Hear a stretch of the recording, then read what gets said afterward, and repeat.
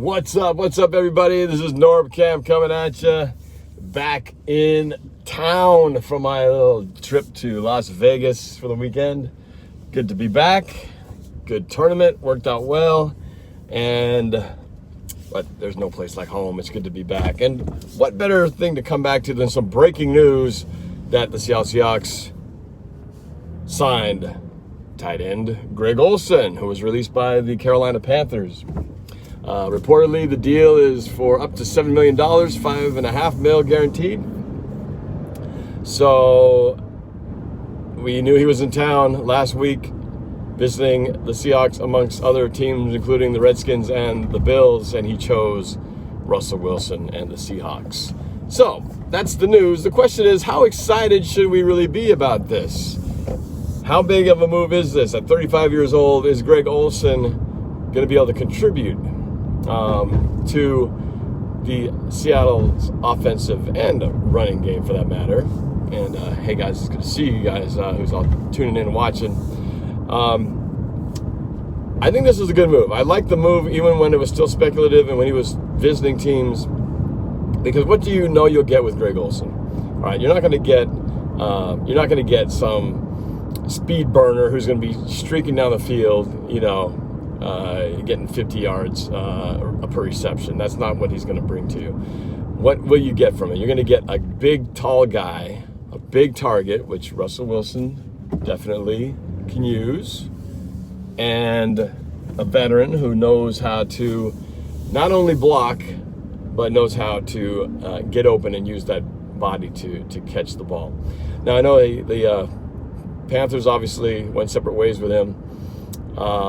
Health was starting to become a little bit of an issue, but let's look back at exactly what his career, in the last few years was looking like. He did, from about 2008 to 2016 were his most productive years. He played all 16 games for 8 seasons straight, maybe 9 seasons straight. And it was in 17-18 where he started running some injury problems, starting about half of the games in the season. But then last year, he did start 14 games, which is pretty good when you think about it. So his last year was not bad health-wise. Productivity-wise, he had about 500 plus yards of receiving.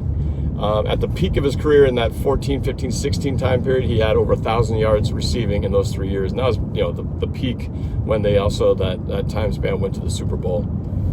Could have had a ring, didn't get it, in Super Bowl 50. So, what that tells me is that, okay, he's still got something left in the tank. He can still last through a majority of the season. He can still catch the ball. And I think, Russell Wilson and a big target, that's what we need. And right now, when you look at what we had last year, we need bodies there.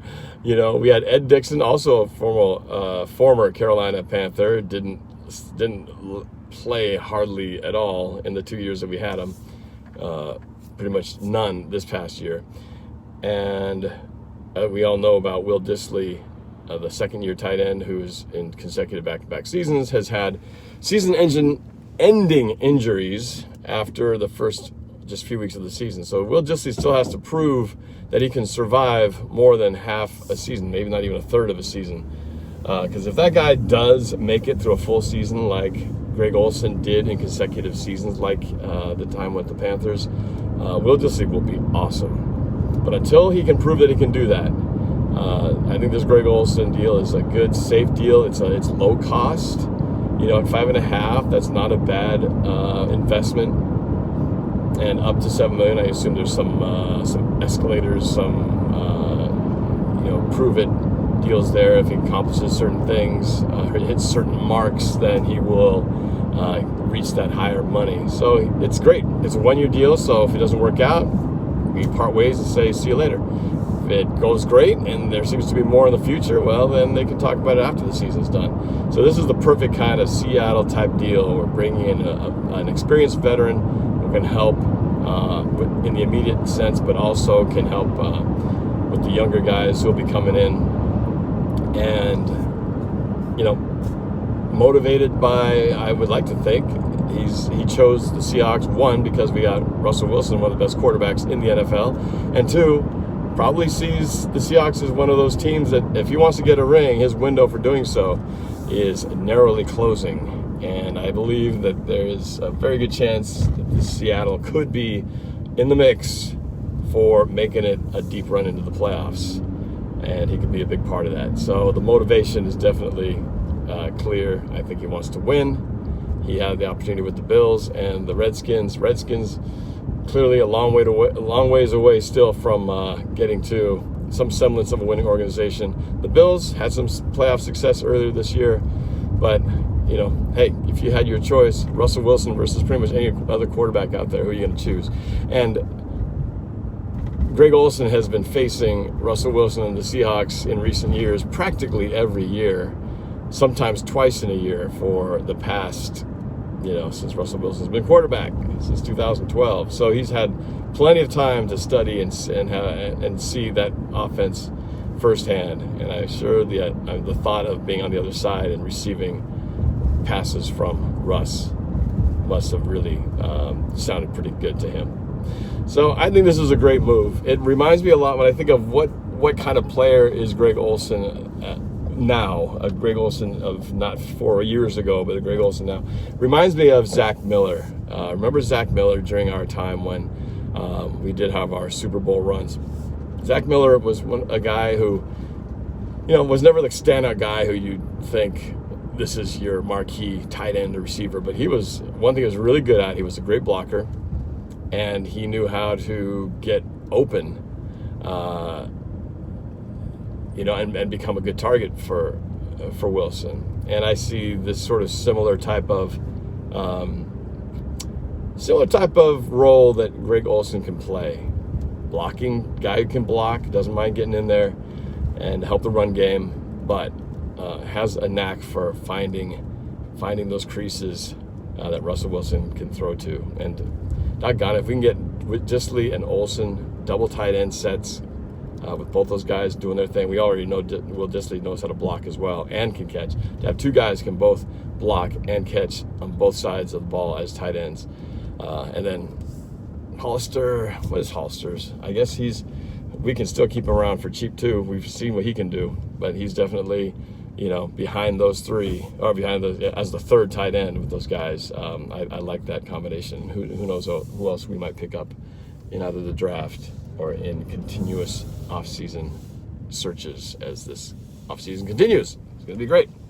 So let's see how it goes, but I like the signing. I think you guys, the Seahawks fans, should be excited about it. Low risk, high potential of return. So let's see what else Seattle has in mind as we continue down the free agency line into March. Seahawks Martin, let's go! I saw your video as well. It's very cool to see your reaction, and including that play. You show that clip of Greg Olsen with the Panthers scoring a game-winning tight end. I believe that was in 2015. I want to say that clip that you showed. So yeah, let's see what happens here. I'm glad to be home. I'm very tired. I just got in from the trip after a couple long flights.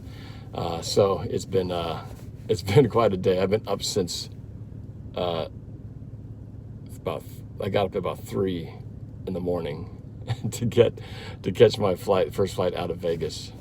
Barely made it, but we're all good. Somebody super chatted in here, and I want to make sure I acknowledge. There it is. Dukes of Hazzard. Greg Olsen, sure, why not? That's kind of my reaction too. But I think it's better than that. Not just a why not. I think he actually brings a lot more to the table, and he's one of those guys where I don't think, being 35 years old, and he's not being asked to do something a 35-year-old 6'6" tight end can't do.